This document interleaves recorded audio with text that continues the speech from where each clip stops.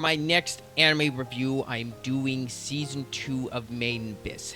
This anime is done by Cinema Citrus and it is rated TVMA. Now, I will be talking about some major spoilers for Season 2 of Made in Abyss from here on out. So, you have been warned. If you have not seen Season 2 yet, I would advise you go and watch it and then come back and watch my video. Or you can just watch my video and then watch it afterward. That's up to you. Season 2 starts off with a ton of new characters, and these characters are the original cave raiders that went into the abyss long before the White Whistles or Reg, Nanachi, and Riko start their adventure. And then once we get the introduction of those characters, and then we finally start the continuation of Reg, Nanachi, and Reg's story, where they continue straight from the movie going down into the lift. Riko first uses Prushka to activate the lift. If anyone knows from the previous video and the movie, Prushka winds up getting turned into a White Whistle. I am not going to be getting into that plot point. If you want to find out how White Whistle's made, either go watch the movie or watch my video. As Riko, Reg, and Nanachi go down and start exploring the 6th layer, they find a place to camp out at the night, and as everyone is waking up in the morning, a strange note is left. We don't know who left the note, and Prushka is missing, and Riko is, of course, extremely worried. So they're going and they find a few strange things here and there that someone left. That whole mystery will get figured out later on in the season. The crew start trekking along and they come upon a long cylindrical tube known as the town of Irubudu. The city has a ton of residents within the abyss. This town is thriving. It has its own economy and culture within the abyss. Riko finally finds out where Prushka was. Someone took her to a place where they could refine her and actually chip away at the outer layer. Very pretty. So Riko is able to effectively use Prushka properly. And we also find out within Season 2 that once Riko uses Prushka, it helps buff and activate some of Reg's enhanced abilities, and he gets speed, strength. Riko basically gets extremely tired whenever she uses Prushka. So, and as the team is going along, the crew finds a place to stay, and they are doing reconnaissance and finding out more about this city. The season goes back and forth every other episode, telling the story of the original cave raiders and continuing the story of Reg and Riko. About the 4th or 5th episode is when Riko finds Reiko, one of the original cave raiders, locked away in a room where she cannot leave. We don't know how she got there yet, and Riko is able to free her, and they are able to leave out, and of course they get Reiko a change of clothes so that way she's not butt naked. And then Reiko tells the story on how Irubudu came to be. The original cave raiders, Wazakyon, Reiko, and Bailiff, the 3 sages essentially, that's what they call themselves. They were the 3 leaders of the original cave raiders that went into the abyss. And they found this little girl, Iramui. Essentially, Reiko adopts her and they bring her along the way.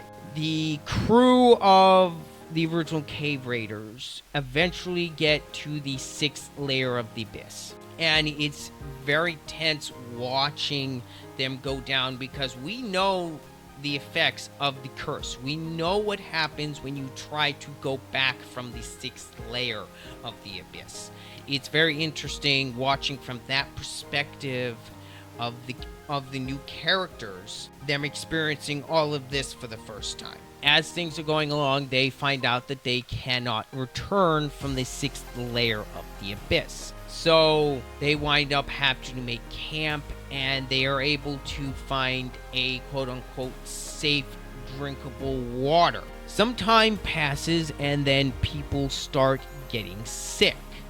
Same with Irumui, and Bailiff goes to investigate the water source to find out what is going on. And it turns out the water source that they got, the place that they got the water from, was not a rock or cave. It was a giant organism that just piled on top over and over again, to where drinking water is fatal and very dangerous. What happens if you drink the water for too long? It starts causing diarrhea. The bacteria in the water starts turning your hands to stone. You eventually just die from it. In desperation, the interference units, essentially the robots that are in the 6th layer, find and give Wazukyan what is known as the Cradle of Life. It's essentially a wish-granting egg. The interference units explain adults cannot use this item. It can only be really used by a child, because a child's wishes are the simplest form, and it can be very dangerous for adults to use the egg.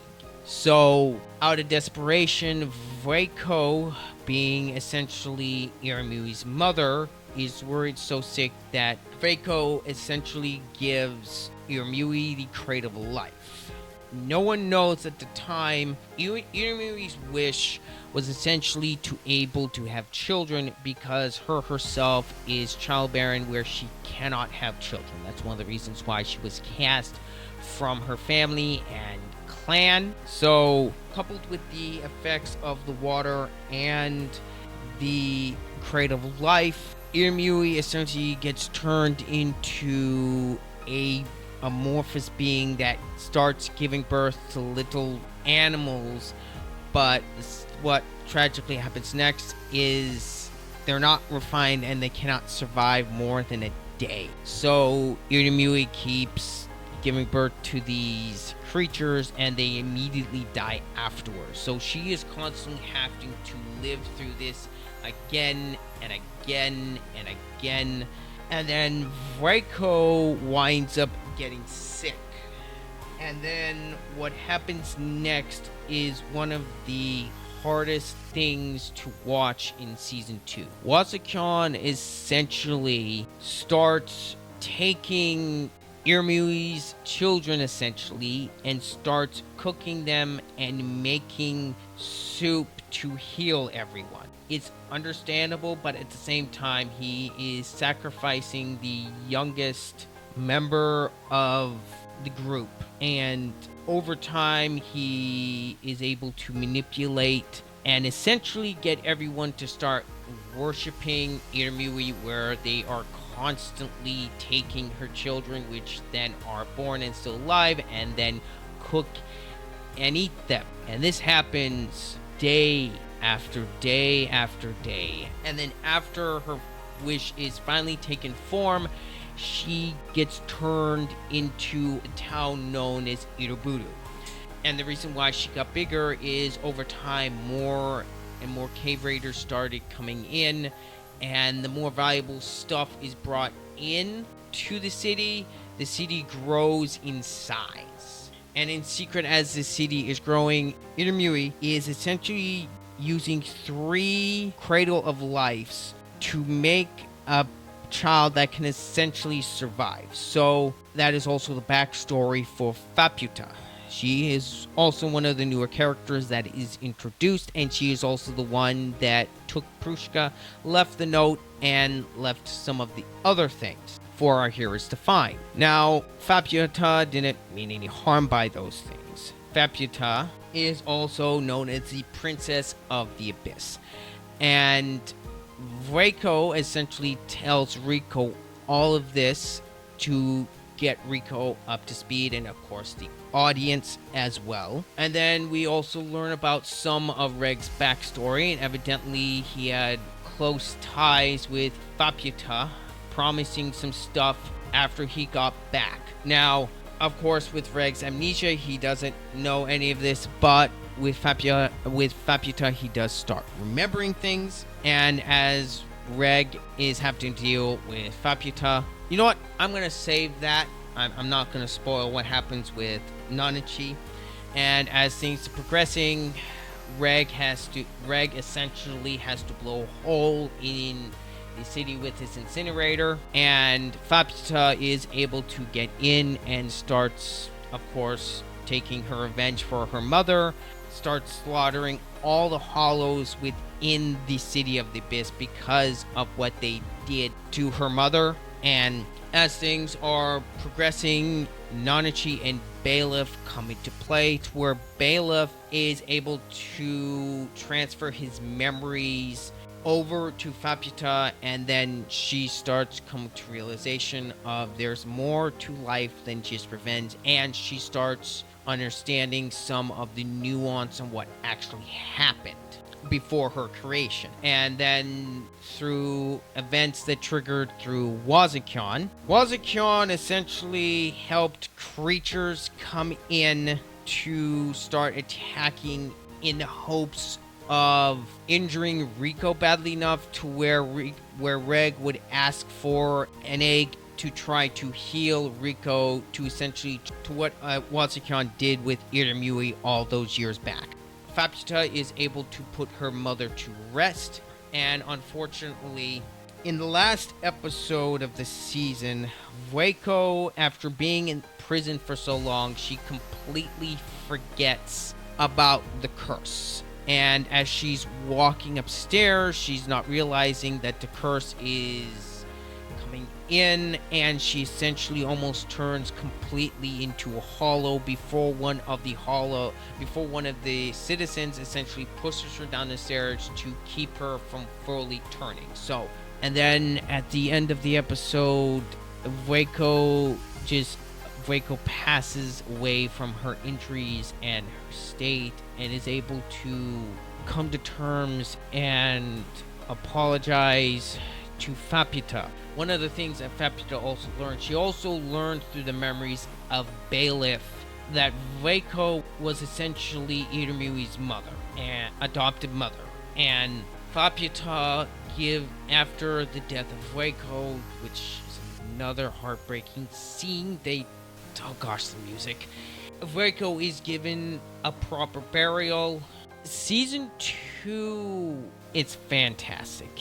It's as good in several aspects. Season 2 is better than season 1 and the movie.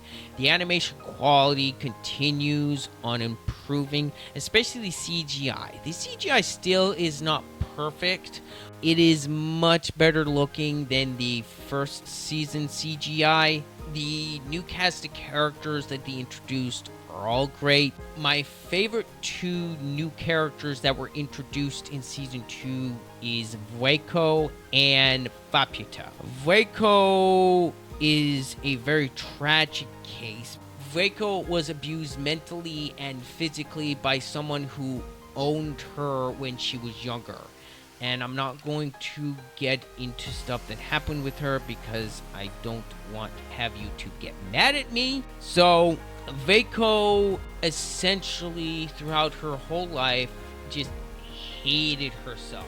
And when she finally finds a purpose in taking care of Irumui, and with what happened with her, Waco was essentially blaming herself and just putting all that blame and hatred on herself, even though she did not deserve any of it. And she does try to commit suicide, but through Wazakyon's cunningness, keeps Waco alive to calm Irumui down because of the close relationship that they have. And the music, Season 2 soundtrack solidified, for me at least, that Kevin Bacon has crafted one of the most beautiful soundtracks I have ever heard. I don't care what anyone says, Made in Abyss as a whole right now has one of the best soundtracks ever made. And also, before I forget, Faputa as a character is also a great addition. I'm very excited to see more of her in the next season and what's to come later down the road. I cannot recommend Made in Abyss enough. There's a reason why this series is beloved by millions of people. Made in Abyss, I can confirmly say, is one of the best fantasies you can watch. If you can stomach the darker elements of the series, if you can get past that, you'll find one of the most well-written fantasy series going, and the world building is just phenomenal. This series can stand toe-to-toe with the likes of Freeran and Dungeon Messi, and eventually Witch Hat Atelier. So yeah, this is a high recommendation from me, and of course, my score for season 2 of Made in Abyss is a 10 out of 10. Anyway, I want to thank you all for watching, and please don't forget to leave a comment and a like on the video. Well, thank you so much for watching. And as always, this has been Ryder. I'm out.